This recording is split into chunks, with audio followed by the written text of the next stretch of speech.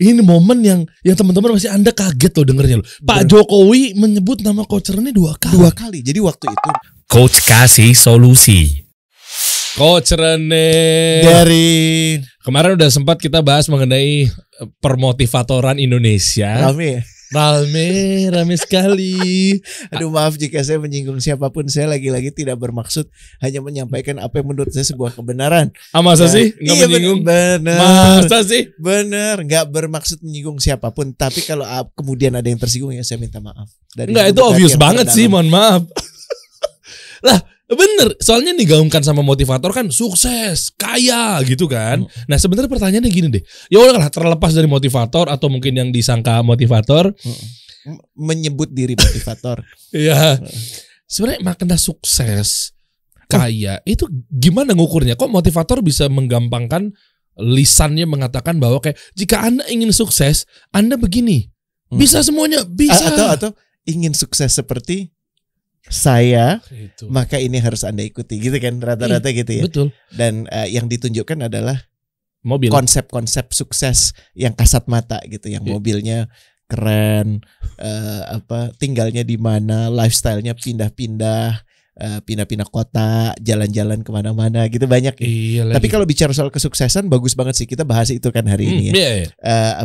Ada satu definisi yang menurut gue paling sesuai sih, dan ini menurut gue bijak banget dan baiknya kita benar-benar simak karena maknanya menurut gue dalam banget. Ini yang gue tungguin dari tadi. Udahlah kita nggak usah bahas motivator yang Makanya, bener. Mana? Jadi the key of success adalah kunci kesuksesan.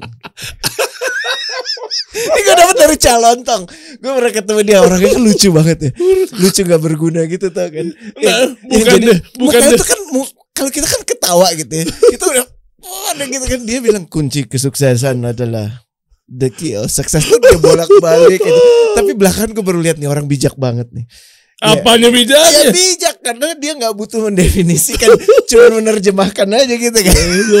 Jadi orang pengen tahu definisinya, artinya, motonya. Aduh maaf ya, gue nggak bisa harus. Bener dong ya. Gue harus mengangkat yang namanya Calontong deh. I love him so much ya. Aduh itu idola banget. Tapi gini, kalau gue bicara soal sukses ya, orang nanya kan macam-macam yang ada di pikirannya. Lo nanya ke Messi misalnya, oh ya sukses lah, kan dia menang ya kemarin ya, bener ya. Betul. Kemenangan itu adalah kesuksesan. Lo perhatikan dari berapa banyak tim yang masuk, kalau nggak salah berapa, 36 ya? 32 ya. 32 tim akhirnya kelihatan banget gue nggak nonton bola. Udah pede, dia yang bridging. Dia yang bridging. Ketahuan berkisnya. Ya Allah, aduh maaf ya, gue nonton cuma final doang deh. Sebentar. Itu juga terpaksa. Ini sebentar. Kalau biasanya dari bridging dia yang state.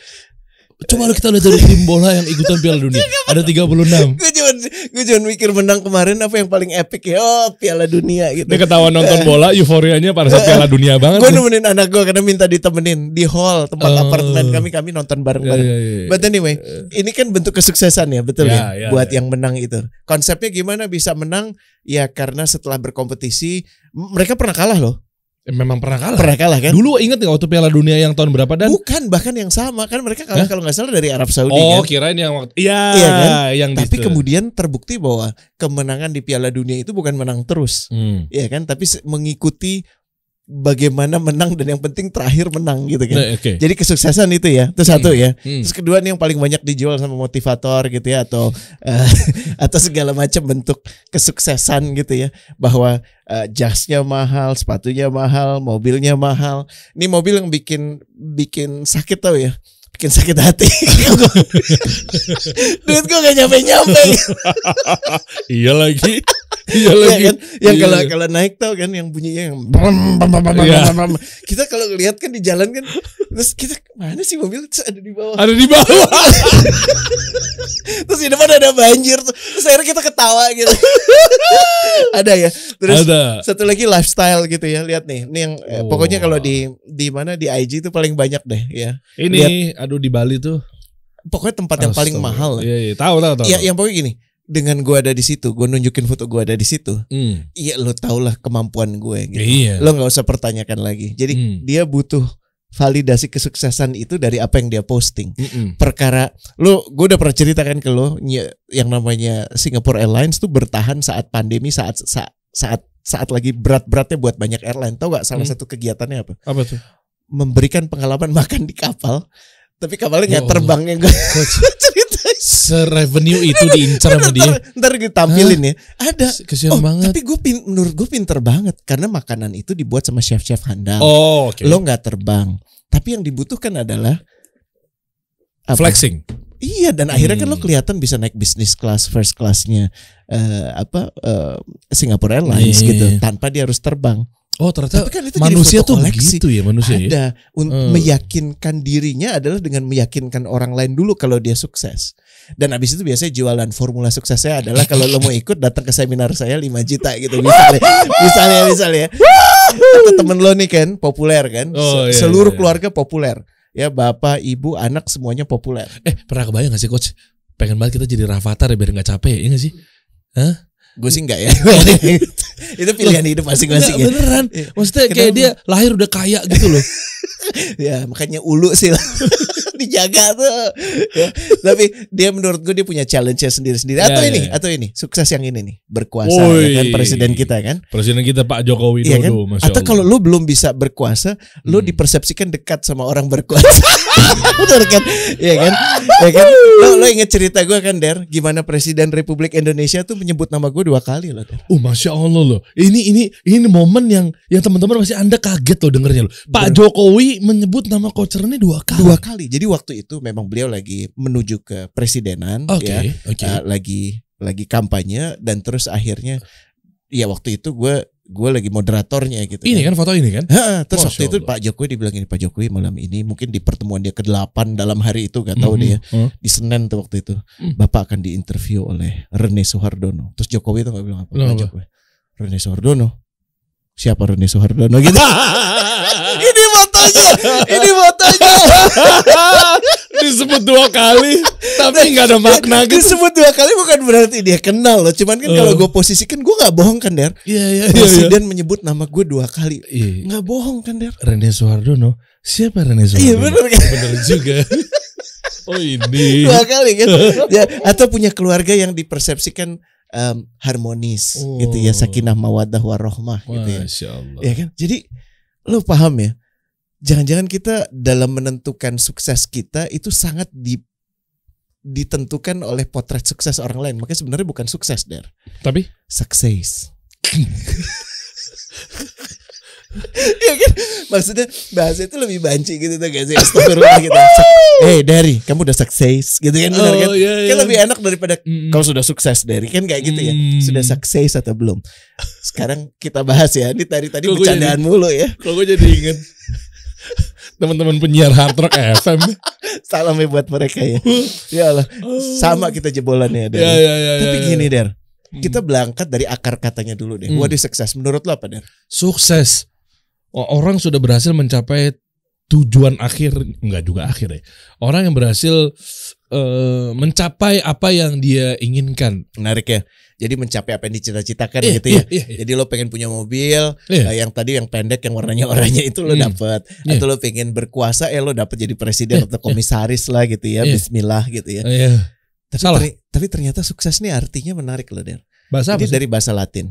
Bahasa Latinnya itu succedere. Succedere itu artinya yang mengikuti setelahnya. That's it. Jadi ngerti gak? Apa yang datang setelah titik-titik, udah itu. Sesimpel itu.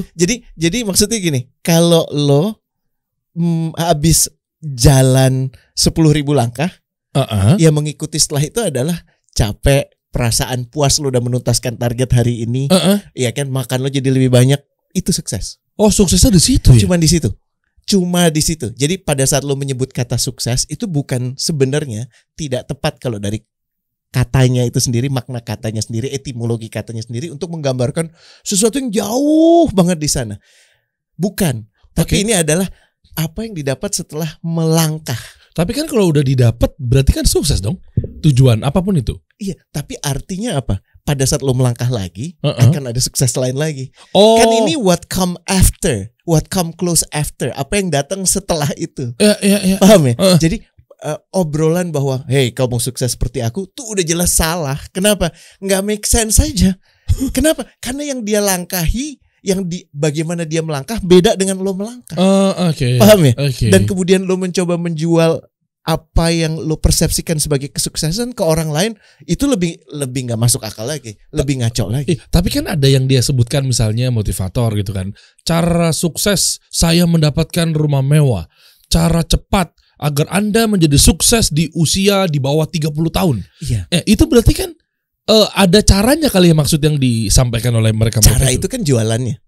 Lo kan butuh caranya, sehingga lo butuh ngobrol sama gue, lo butuh bayar gue supaya gue kasih tahu caranya. Tapi kan lagi-lagi yang kita bahas kemarin, apakah yang sudah dia lalui dan lo melalui itu udah pasti akan dapat yang sama? Enggak bisa, nggak bisa. Jadi what comes after suksesnya dia itu adalah setelah dia melakukan A, B, C sukses, D sukses, E sukses. Demikian juga dengan lo.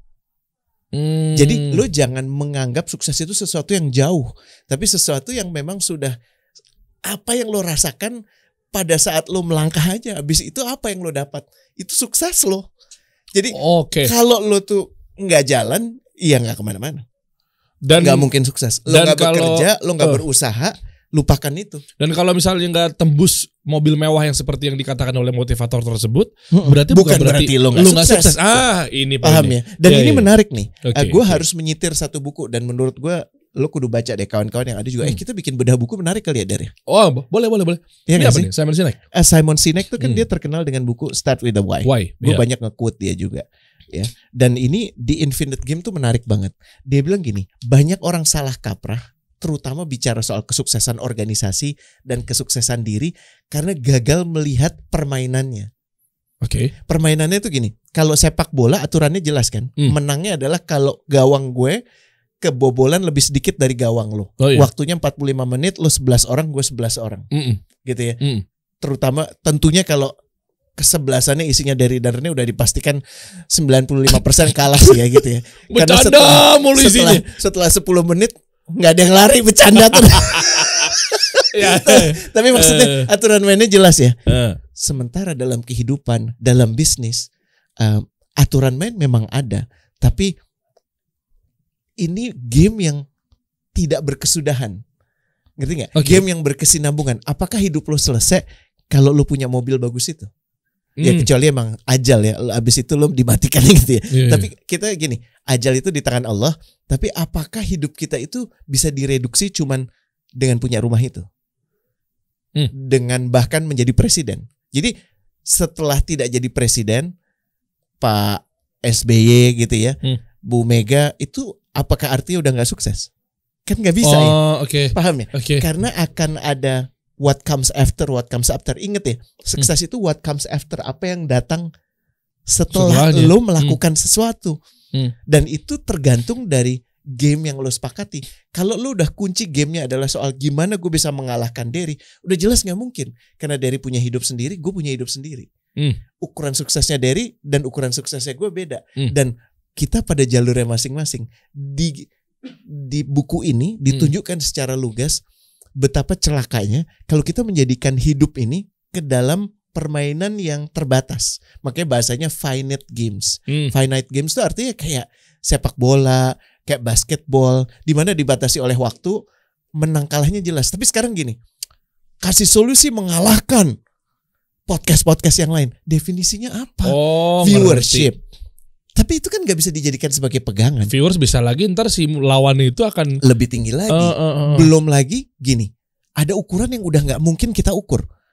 Yang nonton kasih solusi 1 orang saat itu. Karena yang lainnya gak ada yang mau nonton. Lagi marah sama Derry. Karena dia bercanda mulu, dia motong-motong orang mulu. Itulah podcast gitu ya.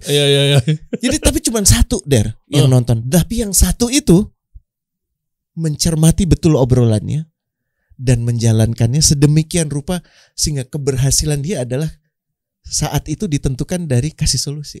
Cuman 1. Paham ya?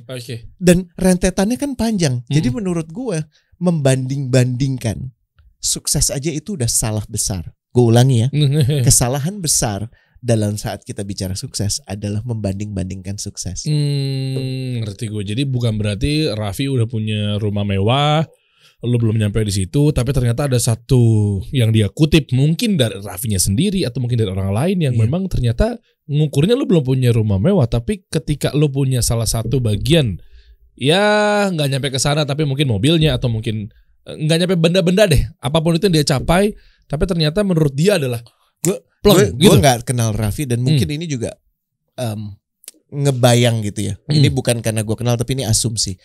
Raffi dan keluarganya pasti punya tantangan tersendiri. Oh iyalah. Dibandingkan dengan Derry dan keluarganya, Rene dan keluarganya, atau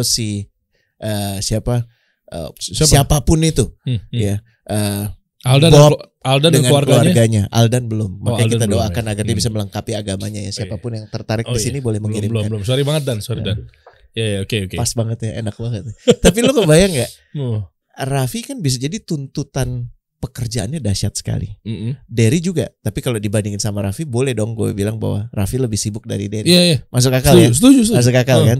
Duit juga dia lebih dari lo gitu kan? Setuju banget yang bener itu. Kan? Dari gue juga. Dari kita berdua digabung juga masih lebih dia gitu kan? Cuman masalahnya ngomongnya ini bukan dengan perih ya Derry, tapi dengan derita. Tarik nafas kedengeran banget Son. Gitu ya. Tapi gini, bener lagi. Apa yang dilalui oleh Raffi, dia punya tantangan yang hanya bisa dirasakan oleh Raffi. Oke. Sebagaimana apapun yang lo lagi jalankan, ada tantangan yang hanya lo rasakan. Oh iyalah. Beratnya dia lain dengan beratnya lo, lain dengan beratnya gue. Beratnya dia mungkin kapan bisa ketemu anaknya, bisa meluangkan lebih banyak waktu, bener nggak? Iya kan? Karena sedemikian rapat jamnya. Ya kan, bagaimana bisa ngejaga muka? Gue nggak tahu sih, abis meeting ke-7 tuh muka masih bisa seger tuh gimana ceritanya? Lo sama gue biasanya udah ketemu 3 orang aja udah mukanya udah kayak ada orang-orang kecil narik ke bawah gitu kan, betul udah gitu kan. Gue bawaannya udah nggak mau ngelihat orang, udah maunya tidur aja. Mungkin dia nggak bisa lalu itu. Oke. Ya kan? Dan ini yang mendefinisikan sukses itu jadi apa? Yang mendefinisikan sukses itu adalah bagaimana lo memahami apa yang diharapkan oleh Sang Pencipta akan hidup lo. Oh, dalam. Paham ya? Ya. Kan kita pernah bahas ya. Yang paling mengerti diri lo adalah nih, gue juga dulu pernah melakukan kesalahan yang sama dan banyak orang yang mengklaim sebagai motivator mungkin sedang menggunakan pendekatan seperti ini gitu. Yang paling mengenal dirimu adalah saya gitu ya. Itu kan kita tahu betapa nggak mungkinnya itu. Karena bahkan tentang kehidupan kita aja yang kita ingat hanya seberapa. Besok kita nggak tahu sama sekali. Tapi artinya kita nggak tahu apa-apa. Kita hanya tahu sebatas yang diizinkan oleh Sang Pencipta dan sebesar itu upaya kita. Selebihnya kita nggak tahu. Jadi nomor 1, gimana dong lo bisa mengetahui apa yang diharapkan oleh Sang Pencipta atas lo? Itu yang harus dijawab. Terus dikurangin lagi. Nolnya tadi kan 1 ya. Nolnya adalah lo punya hubungan yang baik nggak dengan Sang Pencipta? Kalau hubungan lo buruk, wah cilaka. Susah. Jadi sukses itu bukan what we want to be, man. Ya, lo pengen jadi apa? Jangan. Ya, itu juga jadi problem besar. Sukses itu diukur dari akhirnya apa yang lo mau lo dapat, bukan apa yang Sang Pencipta mau lo tuntaskan untuk kemudian lo mendapatkannya sepenuh hati lo atas izinnya. Karena gini, bisa jadi ada hal yang lo suka tapi nggak baik buat lo. Sebaliknya, ada hal yang lo nggak suka ternyata baik buat lo, bener nggak? Kebalik kan jadi. Nah kalau yang kita effort kita itu adalah nggak mau tahu gimana caranya gue dapat apa yang gue mau, itu nggak sehat. Meskipun udah didapat. Apalagi udah didapat karena prosesnya salah, hasilnya juga salah. Dengan lo jadi orang terkaya saat itu bukan berarti lo terselamatkan di kehidupan sejati kelak. Apalagi kalau dalam prosesnya lo sikut kanan, sikut kiri, injek bawah, jilat atas gitu kan, bahasa yang paling sering kita dengarkan itu. Ya, apa yang lo harus bayarkan, dan lo lihat kan banyak sekali kisah-kisah dari orang yang tadinya. Ya hari ini kita baru dengar kabar tentang vonis seseorang gitu ya. Oh iya benar, beritanya katanya Ferdy Sambo ternyata diputuskan hukuman mati ya. Lo bisa ngebayang gak sih betapa berkuasanya orang ini sebelum kejadian ini? Iya. Paham gak sih? Iya. Pernah gak sih dia merencanakan ini menurut lo? Enggak ya. Pernah gak lo merencanakan sedemikian rupa baiknya sehingga hidup lo tuh sesuai dengan apa yang lo mau? Kalaupun ada, itu hanya beberapa persen aja. Saat lu mengatakan gue akhirnya dapat apa yang gue mau kerja di sini. Sekarang gue tanya lagi, apakah sesuai dengan yang benar-benar lo inginkan? Jangan-jangan lo kerja di situ emang keinginan lo, tapi lo nggak merasa bekerja di situ sesuai dengan yang lo harapkan. Betul nggak? Bener. Sama yang satu lagi, dimanapun Allah ridho, gue lakukan sepenuh hati gue. Dia nggak punya rencana untuk bekerja di situ, tapi ada di situ dianggap sebagai satu berkah yang luar biasa. Beda banget kan? Iya kan? Jadi tata keyakinan yang diatur, pemahaman tentang diri lo nya. Pemahaman diri adalah bukan soal lo tahu ambisi lo aja, tapi gimana lo mengenal dan dikenal oleh pencipta lo. Nah ini shifting yang dibutuhkan. Kalau lo mau sukses, menurut gue resepnya gue juga nggak mau kalah. Ada. Ini baru nih, bukan yang kayak motivator pada umum ya? Iya, kalau gue kan dimotivator ya. Jadi justru mengasih yang pahit-pahit gitu, yang berat-berat gitu ya. Gitu. Apa tuh? Bagaimana kita justru mengalihkan dari yang tadinya kita dilatih seen ya menjadi unseen. Ini kebalik. Kita nih dunia ini dilatih untuk, nih gue balik-balik ya. Lihat nih ya. Gimana caranya kita bisa menjadikan ini ya jadi berbalik. Contoh kasus gimana? Contoh kasus. Kita sekarang mendudukkan kesuksesan itu dengan berapa mobilnya harganya berapa, rumahnya nilainya berapa. Dibaliknya adalah sebesar apa kepercayaan orang sama kita. Oke. Serido apa orang yang berbisnis sama kita. Itu kan nggak kelihatan. Komitmen itu kan nggak kelihatan nih. Ya, hasilnya mungkin belum seperti yang lo harapkan atau yang disebut sebagai orang sukses. Tapi hidup dia jauh lebih tenang. Jadi bagaimana kita melatih mata kita itu mengalihkan dari yang tampak menjadi yang nggak tampak. Sebaliknya, lihat nih, lo lihat kan? Iya beda ya. Fokus kita dari semesta kepada alam. Gue kerap mendengar ya dari ini. Gue mudah-mudahan lo nggak bosen dan kawan-kawan juga nggak bosen. Apa tuh? Lucu ya, kita banyak sekarang gue dengar orang berdoa pada semesta. Udah dari kemarin-kemarin anak Gen Z begitu kok. Semoga semesta mengabulkan. Iya. Kan gini, semesta yang lo kagumi itu hanya sebagian kecil yang lo bisa lihat. Betul nggak? Oh iya, terjangkau. Dan hanya sebagian kecil dari ciptaannya. Kenapa kok yang kita doa itu pada ciptaan, bukan pencipta? Aduh. Paham nggak? Ya. Lucu ya. Kayak sebenarnya kalau lo berdoa sama semesta, gue mengagumi semesta, tapi gue lebih mengagumi penciptanya. Kalau lu udah sedemikian kagum sama karyanya, lu kagum banget sama handphone ini, boleh nggak gue bilang lu lebih kagum sama penciptanya? Ya iyalah, karena dengan adanya handphone ini kan dia yang menciptakan. Lu bisa ngebayang orang ini memikirkan apa yang gue nggak pikir. Dan sekarang udah jadi handphone ini bisa gue pakai. Nah, harusnya gitu ya. Kawan-kawan, tapi kenapa yang nampak ya, yang selalu yang? Karena gampang. Yang nampak kan gampang. Mobil kelihatan kan gampang. Rekening di bank nambah gede gampang. Postingan Instagram kan gampang. Terbang ke tempat yang paling mehong, paling mahal gampang. Tapi berkomitmen hanya menunjukkan apa yang perlu ditunjukkan, untuk tidak mempunyai ulu, tidak senang membandingkan dirinya dengan yang lain, berbahagia dengan kesuksesan orang lain, apa yang orang lain dapatkan kita ikut bersyukur, kita ikut happy. Bener gak kita bisa ngerasa gitu? Wah berat tuh. Jangan masih kayak gue gitu kan, kayak kita tadi ngomongin Raffi dengan gitu kan. Makanya ketika Allah kasih surga, udah dicontohin di sini. Iya kan? Allah kasih surga. Tapi bukan yang di sini. Nah iya. Ayo dong kejar dong. Susah kan, orang malas. Giliran di depan matanya ada kayak potensi mobil mewah, rumah mewah, dikejar tuh. Sholat ntar dulu deh. Dan dia lupa iya kan? Bahwa yang di sini itu kan cuman prelude ya. Cuman kayak apa ya? Pre-dessert, pre-starter. Bahkan makanan pembuka aja belum. Jadi cuman itu aja. Hidup kita fasenya masih ada lagi nih. Karena surga belum kelihatan. Walaupun sudah ditampakkan. Kan? Nah, kenapa kenapa sang pencipta menghadirkan begitu banyak keindahan? Kita kan seneng ya kalau ke taman yang didesain dengan bagus gitu kan. Iya kan? Holiday retreat yang gokil banget. Terus ada kayak kolam renangnya. Jadi kayak ada air mengalir. Itu kan sebenarnya kita dipicu untuk, hey, lihat aja yang lo lihat di sini udah kayak begitu. Yang saya akan berikan ke kamu nanti dalam keabadian nggak bisa dibandingin dengan apa yang di sini, betul ya? Iya, betul. Jadi sebenarnya sukses lo itu sepatutnya jangan dihabisin di sini. Paham ya? Iya. Apapun yang lo pengen cuman di sini karena hidup lo masih panjang, men, dan bukan cuman hidup ini aja. Makanya yang keempat, fokusnya jangan cuman sama body dong, bro.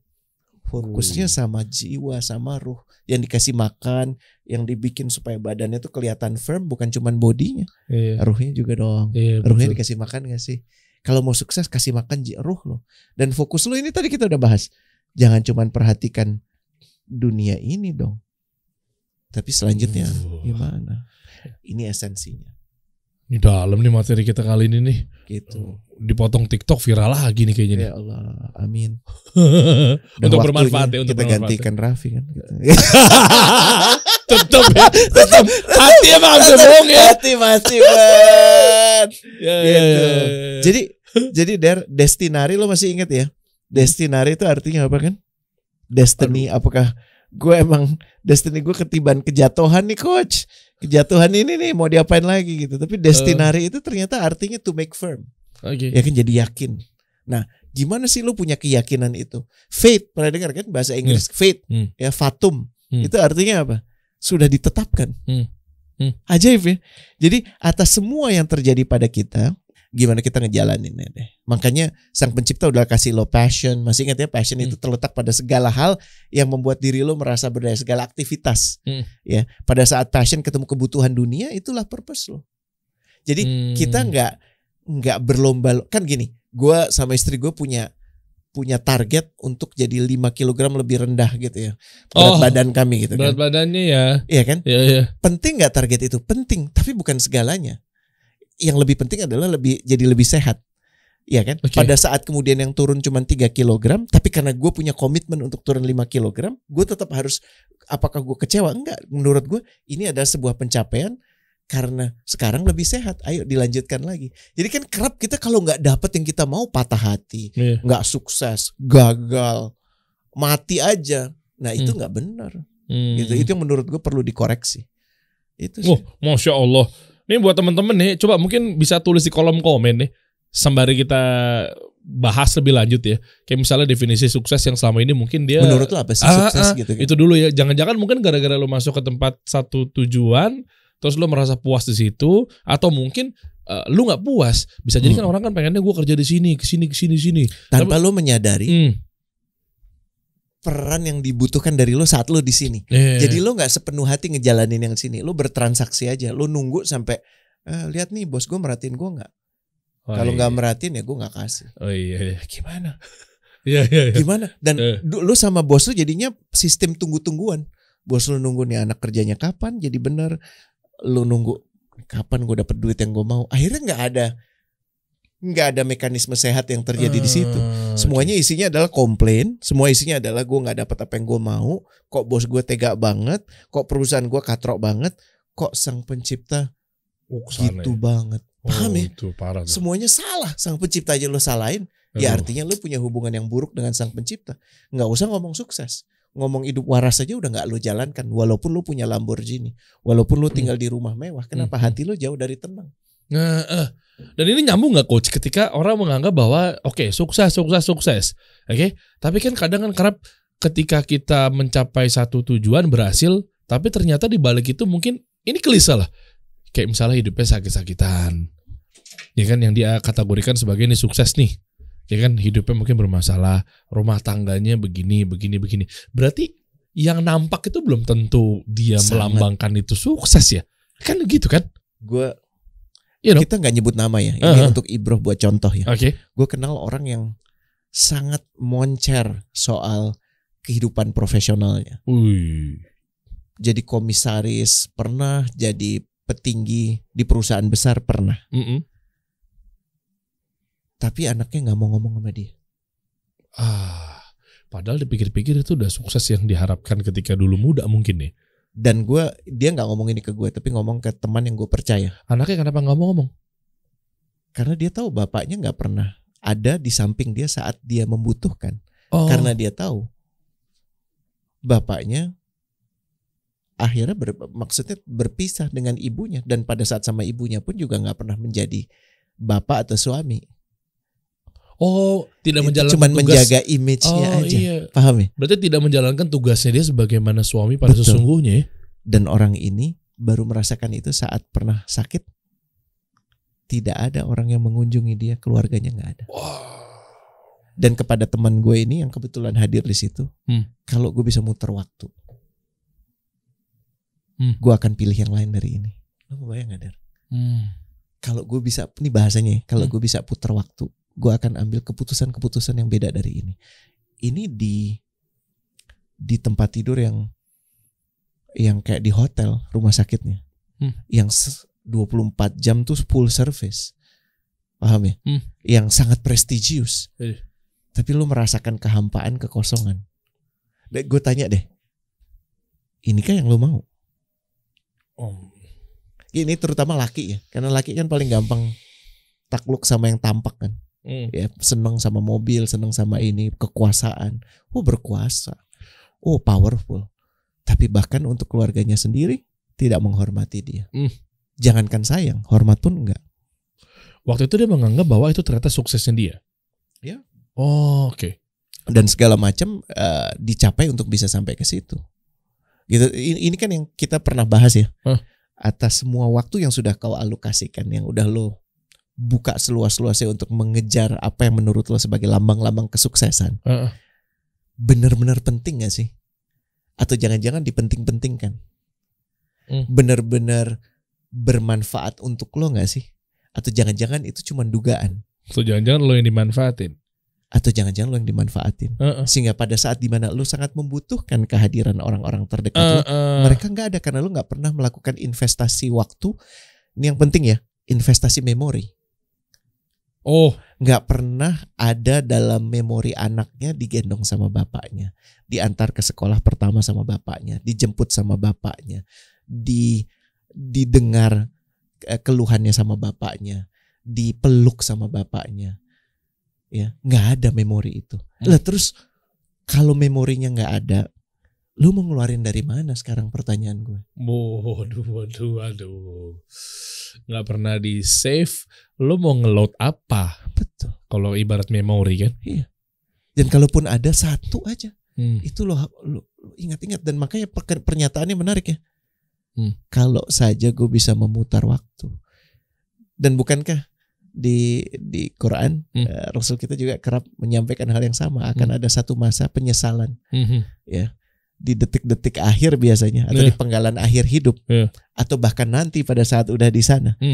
Sukses yang gue definisikan penting itu, di atas segalanya itu ternyata menjebak gue. Nggak bisa diputar. Jadi hati-hati ya, hati-hati. Kita nih emang bicaranya lucu-lucuan gitu, tapi dampaknya dahsyat kepada kehidupan ini. Dan banyak yang sudah mengalami ini, dan mereka menyesal.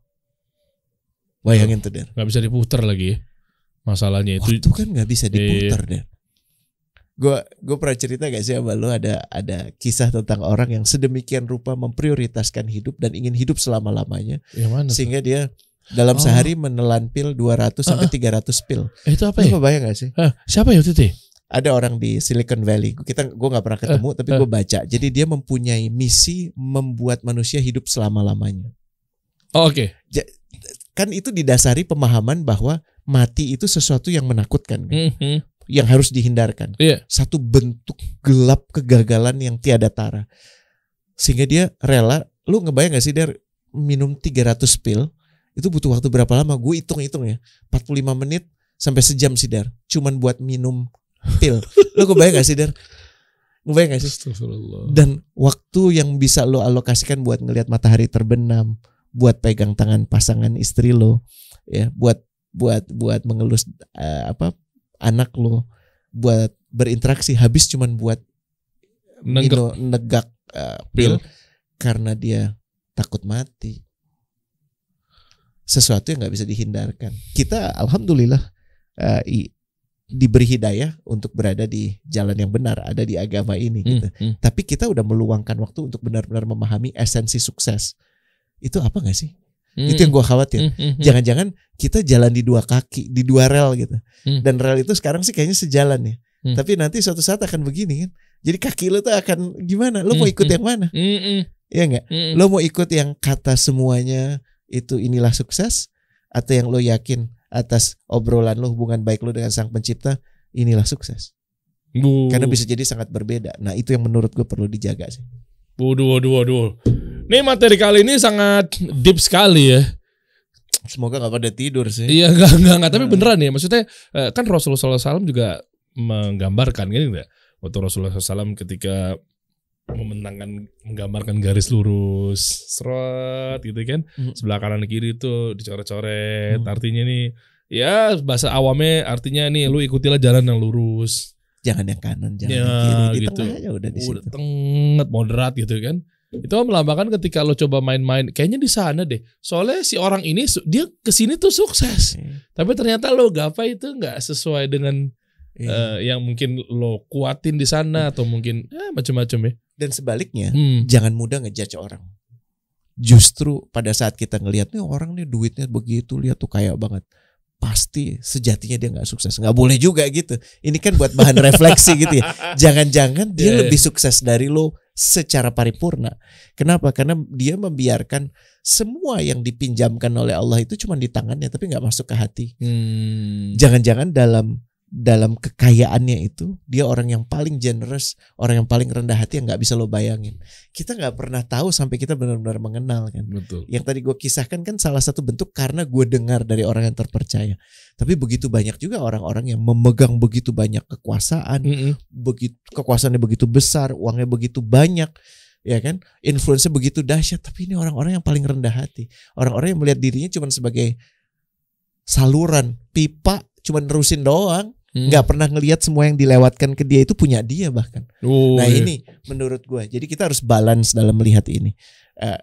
Lihat ke diri boleh, tapi ngejudge ke orang jangan. Jangan-jangan yang kita pelajarin hari ini cuma kita pakai buat ngelihat tuh kan. Tuh dari obrolan dari sama Coach Ernil lihat tuh. Jauh dari sukses. Ya nggak boleh gitu. Terus gara-gara dia naik mobil mulus, terus lo harus bilang hancur nih hidup dia, neraka. Itu juga nggak bisa. Terus lebih parahnya lagi, kalau jangan-jangan ntar buat lo yang salah tangkep, salah tafsir, jangan-jangan kita nggak boleh sukses lagi. Nah itu juga celaka. Jadi nggak boleh ekstrim ya dalam melihat ini, dan kerasnya tuh ke dalam, keluarnya mesti lembut. Dan tentunya dalam menjalani proses ini akan ada kesulitan, tantangan yang lo lalui. Dan tantangan itu spesifik didesain buat lo. Ini kayaknya bisa jadi obrolan berikut nih. Baru mau ngomong gue. Iya kan? Kayaknya untuk nextnya kan ketika melalui kita udah ngomongin sukses kan? Yang banyak kan, dibilang ujung ternyata bukan kan? Terus tadi kan ada apa? After kan? What comes after? Apa yang datang setelah? Nah dalam prosesnya, gimana gue bisa tahu ini jalan yang benar apa enggak? Kenapa? Karena susah banget hidup gue.